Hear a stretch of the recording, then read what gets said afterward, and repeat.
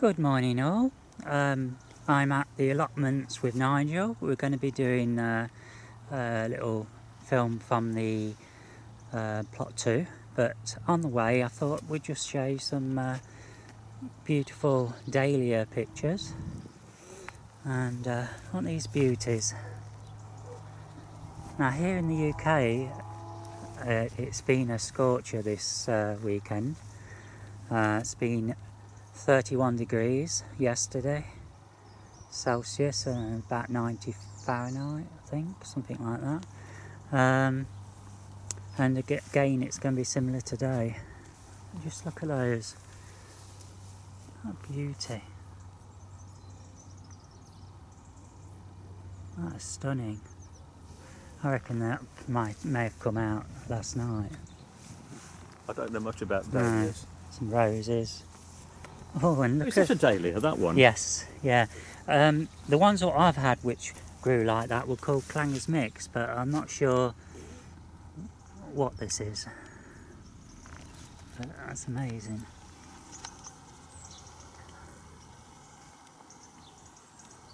Just amazing.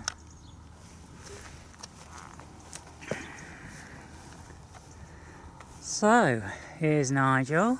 Good morning. And oh, look at this one, Julie. oh yeah, just look at that, folks. That's a beauty, isn't it? Yes, I've never seen one like that. Yeah. That's certainly nice. You can see just over there he's got some marrows, I believe. Yes, they look like marrows, don't they? Yeah. Yeah. We're quite lucky today with the weather. Last time we did a video, the wind was a bit of a problem, and I know that some of the words on the video didn't come out very clearly. Yeah. But today it's really calm. It is. So let's have a little wander, Nigel. You can see it's coming to that time of the year where people have picked their veg for the year, isn't it? Most of it. For the summer, I should say. Yes, most of the summer stuff is out. Do you know what these are, Julie? These flowers, these yellow daisies. ones? Daisies. They're a daisy, aren't they? No. No. They're actually a veg. Oh, oh. I saw these growing on the edge of the River Rhine last time I was there. No, I can't. I've heard of it before, but I can't remember. Yeah, they're actually Jerusalem artichokes. Right, so these are like the ones at the allotment. Yeah. But a different type. Yes. Ah. Right. Yeah, they have a tuber on the bottom which you can eat. Right. But this variety flowers, and they're like miniature sunflowers. Beautiful. Yeah, they're pretty good. They are a little bit invasive. They get to a height of about 6 feet and they spread. Yeah, yeah. So once you've got them, unless you make a determined effort, you've got them for life. One, there's a lovely butterfly bush. Buddleia. Yeah.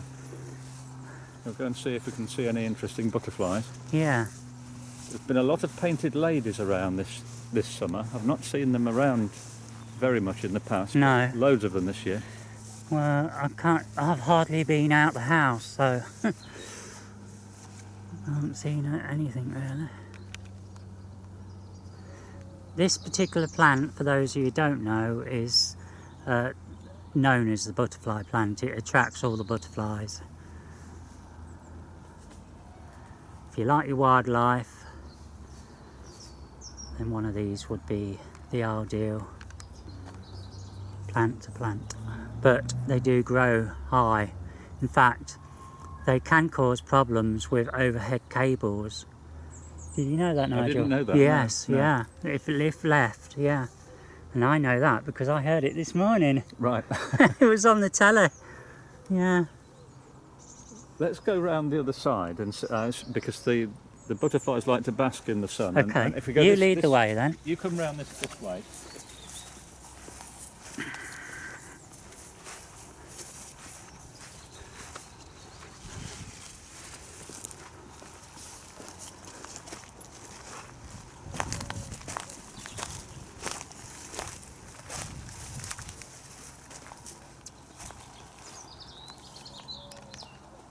Not many butterflies at the moment. They'll probably come out more this afternoon when it gets hotter.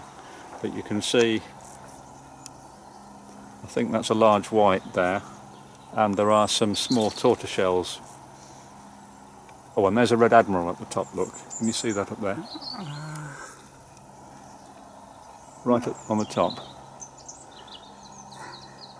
Oh, and there's another one. There's another one at the bottom, look. Oops. Just there. It's because it's so bright, I can't really focus in, Nigel. Oh, there, I've got that one.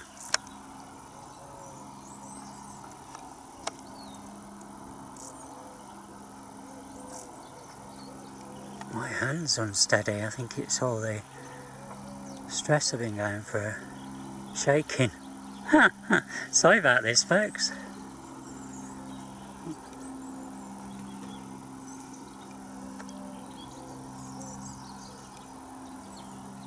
I never have a shaky hand, you know.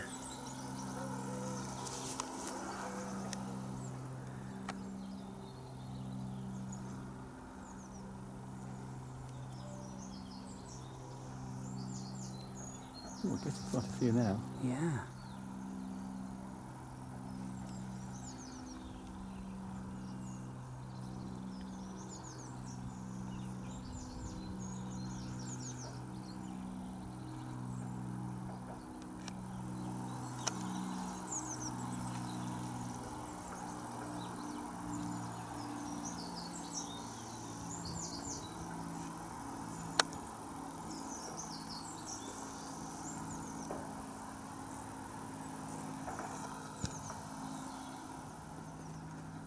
Mm.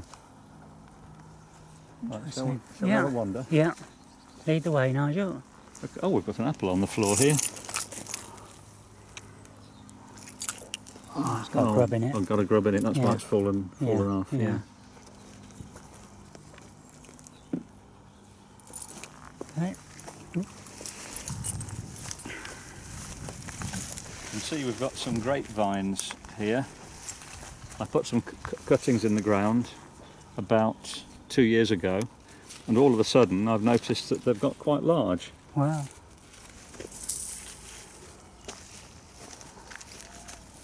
I've just realised this is your plot. Yeah. It's because we came in a different way, it threw me out. I thought somebody's copying Nigel with the apple trees and that. So is that's not on your plot, is it? No. No, that's on the abandoned plot next door. Right.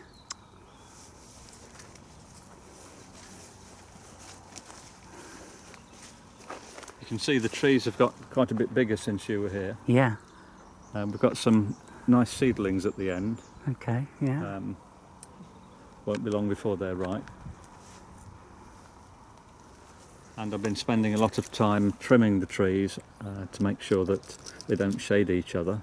It's quite difficult because the trees are fairly vigorous and you have to leave plenty of space around them, and they're only just over a foot apart. Yeah. Yeah, we've got about 350 on this plot. Right. Do you know what that big plant is there? No.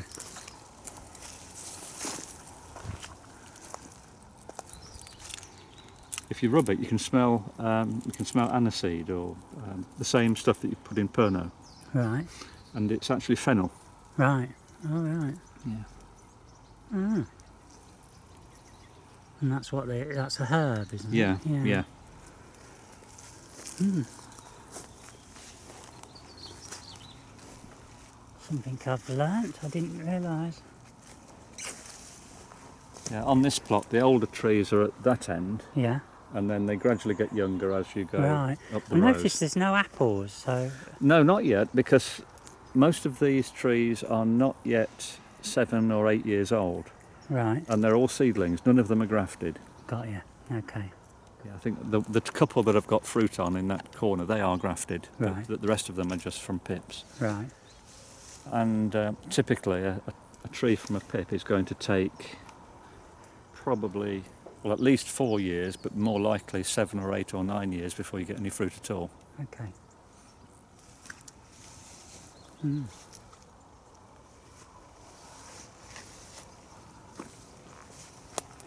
There's a nice little tree down here that's only 4 years old. Yeah. And can you see what's peculiar about it?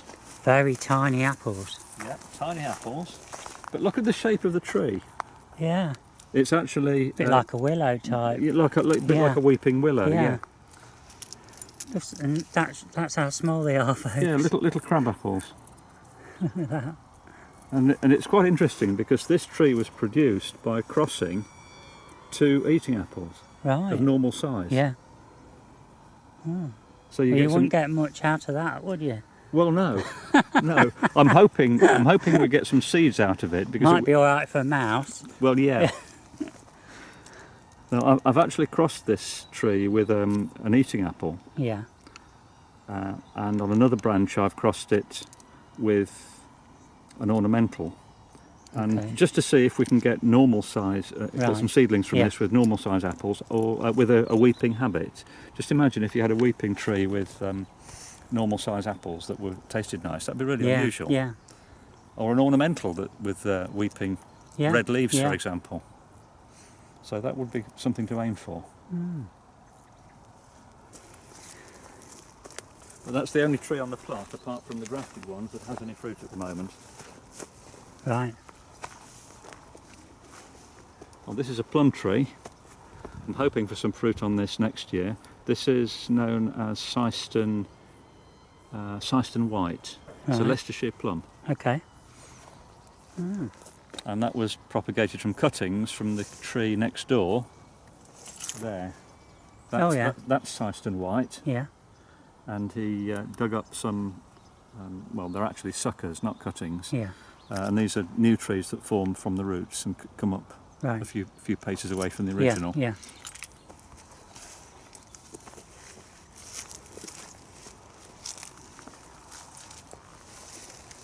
You can see there's quite a lot of work to do on each of the rows, pulling weeds out. Yeah.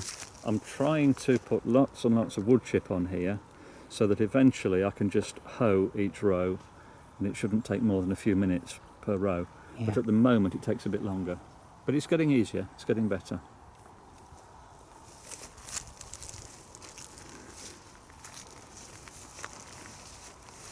You recognise what this is? It's a common veg. Not one what I've grown, so no. It's actually parsnip, Right. and the guy next door grows parsnips, and the seeds, when the seeds dry, Yeah. they blow over here, Right. and I get them growing in all the rows. They're easy Okay. to get out, Yeah. and it's quite handy having Yeah. a sort of parsnips, so I don't object. Mm.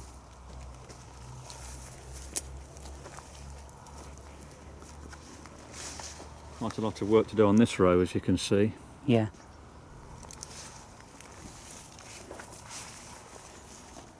These 3 rows I did yesterday, and you can see they're Yeah. more or less under control. They're okay.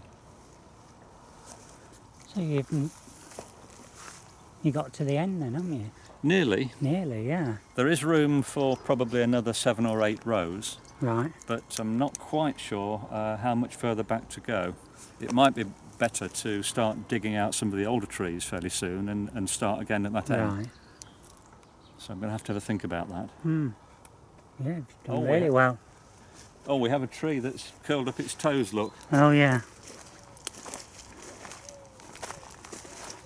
This sometimes happens in breeding new varieties, where suddenly a tree that's been perfectly happy, nothing wrong with it, all of a sudden it just gives up. Okay. And it's not usually related to lack of water or anything like that. It's something wrong with the DNA of the plant.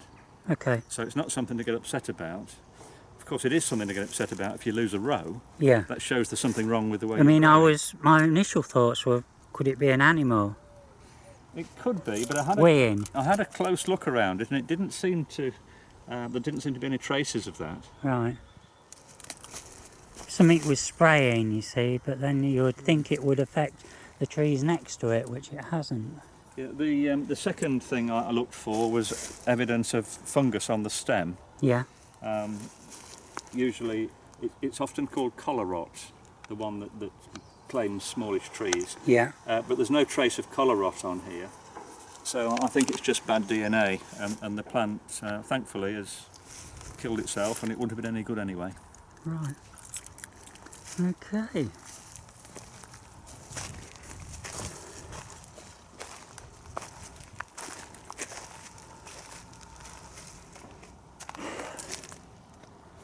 There you have it, folks. This was all brambles last year. Was it last year? Year before? Year before. Year before. Year before. Yes, I pulled out about. I've kept a rough count of the number of brambles. I've pulled out about 1,100. Wow. About as big as my two fists put Yeah. together. You know, they are quite were quite big ones. But a few every time I came up, and eventually they all disappeared. A few more to do there. Perhaps another 200 there. Yeah. But there's no point in clearing ground until you're ready to actually use it. If you clear it and leave it empty, all of the weed seeds germinate, and you've got as big a problem as you had to start with. Right. Okay. Right, well, you got anything else to say, Nigel? Oh yes, we're doing an apple tasting later today. Yeah, that's true. We've got some early mid-season apples which you may be interested to look at, so we'll be going back to the house fairly soon and getting on with that. Okay. Yeah, we've come out fairly early today because it's going to get hot later. Hot. Yeah, it already is. Yeah, yeah. Okay, folks, thanks for watching.